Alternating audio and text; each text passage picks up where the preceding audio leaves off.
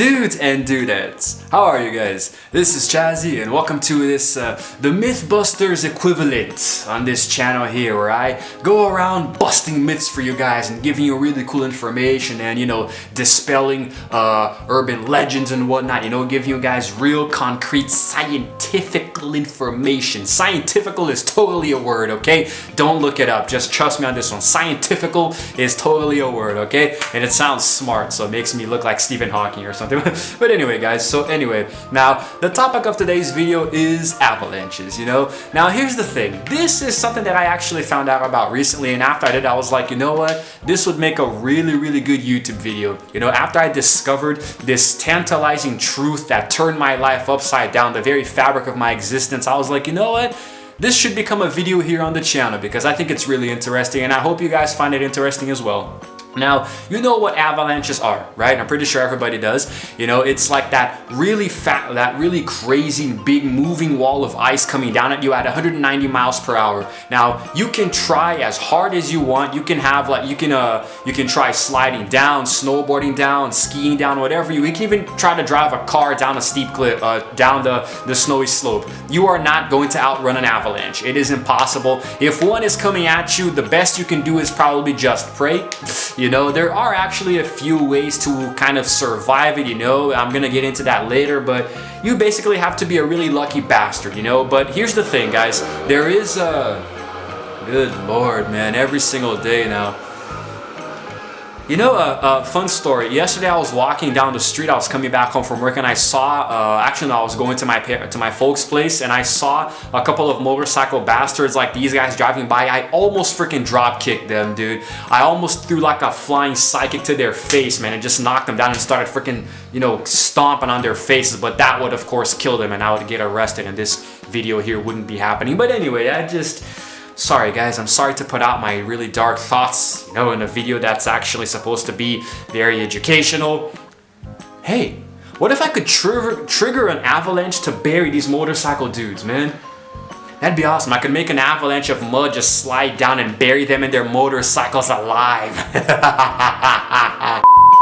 Okay, no, but seriously now, let's actually get into the video. I'm gonna be talking about if your voice can really actually trigger an avalanche. This is something that we have heard since we were kids, you know. I was always told, you know, I've seen it in movies, TV shows, I've read it in books, and people have always told me, you know, keep your voice down, you know, where there's a lot of snow because you might cause an avalanche, you know, and I always thought this was true.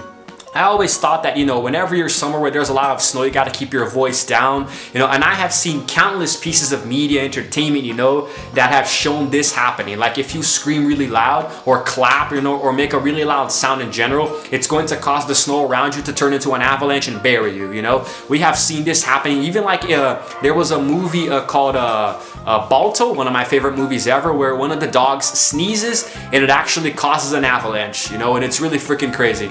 And now, for so many years, I thought that this was really the norm, you know, that you gotta keep your voice down when there's a lot of snow. And I was always really scared to go to a place like this. I was always really scared of snowboarding or skiing, even though I did it once in North Carolina, because I thought that a lot of loud noise would dispel the snow around me and cause an avalanche. Then recently I found out that it's nothing but an urban myth. It actually is completely implausible according to science. Allow me to explain. Now, here's the thing, guys. Scientifically speaking, a human voice simply does not have enough strength to trigger an avalanche. It is scientifically implausible because to trigger an avalanche, there has to be a sound of about 200 to 500 Pascal of pressure. And our voices do not generate that much amount of pressure. Our voice is what? Maybe about 2 or so Pascal of pressure. You know, that is how loud a human voice can go. So even if you're out there doing some heavy metal guttural screaming next to the snowbank, it's not going to trigger the damn avalanche. You need a lot more than that, you know? We're talking about like, because sometimes scientists will go to perform controlled explosions, you know, and that's going to maybe, like, I think that the reason that happens, I have a little cheat sheet here whenever I forget something. Now, here's the thing. Oh, here we go. Ski chalets, mountain monitoring groups, and other groups, they trigger avalanches prematurely, you know, sometimes just to clear the danger for other skiers and all that, you know, and sometimes they use explosives. Now, their explosives, the things that they use, you know, they are more or less around between 1,000 and 1,500 Pascal of pressure, which is more than enough to trigger an avalanche, but that they are doing this to intentionally make the avalanches happen, you know? So there actually is, I mean, it's supposed to happen. So they are expecting an avalanche to be the outcome. So they generate what they consider to be enough pressure to make this happen, you know? So anywhere from 1,000 to 1,500 Pascal of pressure, and our voices only do 2. So the next time you're outside in the snow and you're thinking of screaming really loudly, you can. It's not going to trigger an avalanche. Although me being the very safe bastard that I am, I would probably not do it anyway. And I don't know, what if there's, I don't know, man. I'm a very unlucky fellow, you know, I'm very, very unlucky sometimes, and I just would prefer not to risk anything, you know, but it is completely safe for you to speak, you know, in a normal tone, or sometimes give a little yell or so near snow, and it's not going to cause an avalanche, you know. Now, of course, if you're setting off fireworks, you know, and doing something really loud, then that might be a whole different story, but controlled explosions usually are the ones that can trigger avalanches more easily. And it really is interesting because I always thought that just talking loudly, you know, or clapping or something like we saw in the Simpsons movie was enough to make an avalanche happen. When I found out that it wasn't even possible, I mean, I thought it was kind of cool, you know. It's like I grew up with this as a truth, you know. I always thought this was given fact. Then I found out that it's not even close to being plausible. I mean, there's so much of a Pascal, you know. There is so much of a Pascal there, difference of pressure for our voices to trigger an avalanche, and we don't even come close, you know?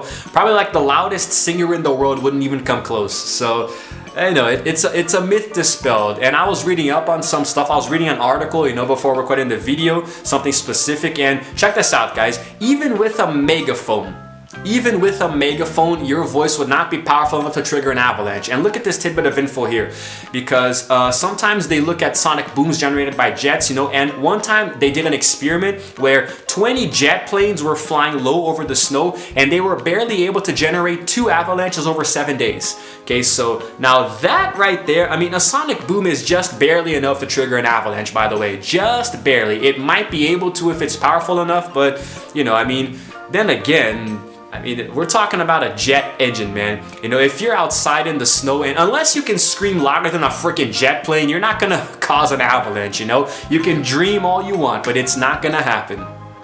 Now, we've seen so many movies and TV shows and probably played games over the years where we see this mechanic in work. You know, we see, there was actually a James Bond movie some time ago that illustrated this, where you can set off an explosion that's gonna be like a certain amount of pressure that's gonna trigger the avalanche, you know, but then it's different because it's not the sound, it's the explosion, like dissipating the snow and making it move down, like what happened in the Disney film Mulan, where she threw a rocket, you know, into a mountain, it triggered the avalanche. That's actually MatPat over on Film Theory did a really cool video talking about that, and I'm gonna let you guys watch it to understand how it works, the dynamics between of actually making that happen. But regarding the avalanche itself, let's get into the actual survival state here. Now I'm gonna need the cheat sheet. I can't memorize this, and I think it's gonna be good to give you guys more accurate information.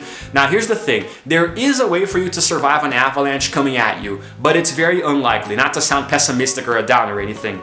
When you see the avalanche coming, try to push heavy objects away from you so it doesn't get on the way, you know, and also to avoid injury. Look for a place to take shelter, preferably with something solid like a tree or a rock, so you can hold on to it and not be swept away. And try to keep your mouth closed and also your teeth clenched so you don't choke on the snow. And then if you actually do have time to move, try to move a little bit towards the side so you're not in the center of the avalanche's path. And, oh, and by the way, about 1/3 or so of all deaths, you know, in avalanches are caused by trauma. So, you know, just try to, you know, position yourself in a way that you're not going to avoid injury, you know, so it's all good. Now, if you happen to be swept up in the avalanche, this is your chance to start moving to safety. You have to try to push towards the surface like you're underwater. Try to swim, you know, swim up towards the surface, you know, and if you know what direction it is in. When you're doing this, try to use your arm to make an air pocket, you know, so you can breathe under the snow, and then try to hold it in front of your face and your mouth so you won't suffocate in the snow, and then use your other arm to move yourself towards the surface exactly like swimming, okay? Now, of course, snow is easier to move before the avalanche stops. That's actually pretty obvious. So once it starts moving, it settles and actually hardens a little bit, so it's going to be a little bit harder, almost like quicksand. So try to reach the surface before the avalanche even stops moving. And then when it stops, if you know which direction it's up, you can just try to dig yourself out. And if you don't know which direction is up, just please remain calm, stay calm, don't panic. Focus on relaxing your breathing and forming an air pocket around your head. Listen for people who are searching out for you, calling out when a rescuer is near in order to save your energy. Now, you're most likely to survive if you're found earlier because you've got a 90% chance of surviving if you're found within 15 minutes of when the avalanche actually stops. And after about an hour, your survival chances drop to about below 50%. Okay, so anyway, guys. So now, in a nutshell, what we can take from this information is that avalanches are very, very dangerous, but they are not as easily triggered as we see in movies and TV shows. So if you happen to have a superpower, if you're a superhero with the ability to scream like a banshee, then yeah, you should probably stay away from the mountains, If anyone out there watching this video falls into this category, yeah, don't go anywhere where there's a chance of avalanches happening, Especially if you're with a tour group, unless you're with people that you don't like or something and you actually want to kill them, but that's, you guys could please take these motorcycle bastards outside, the ones that live here in my town, take them to where there is an avalanche and trigger it and freaking I'm getting into my sadistic side again. But anyway, I actually think this was really interesting. I think it was really cool to dispel this myth once and for all, And even though it was a pretty short video, I wanted to get this one out here. My vlogs are usually short so I can grip you guys a little bit more of your attention.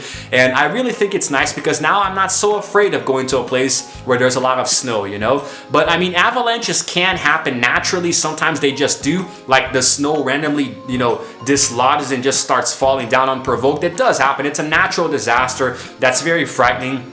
And I hope never to get caught in one, even though I know the tips how to survive now. I'm definitely prepared for an avalanche, guys, I'm gonna later watch my own video a bunch of times so I can memorize the tips, and try to stay up to date with how you can survive a freaking avalanche. And if you guys found this video to be interesting, well, give it a like. That's the first part, subscribe to my channel because I release videos literally every single day, sometimes one, sometimes two, and I'm going to be trying to give you guys some more survival tips, how to survive certain things. And I also never release the times that I release the videos, so they happen during random times of the day, so you guys gotta hit the notification bell to know exactly when they're going to be coming out, and that's it. Subscribe today to become a dude or a dudette. I love you guys. This is Chazzy, signing out for now, and as always, I will see you guys in the next video. Roll the outro screen.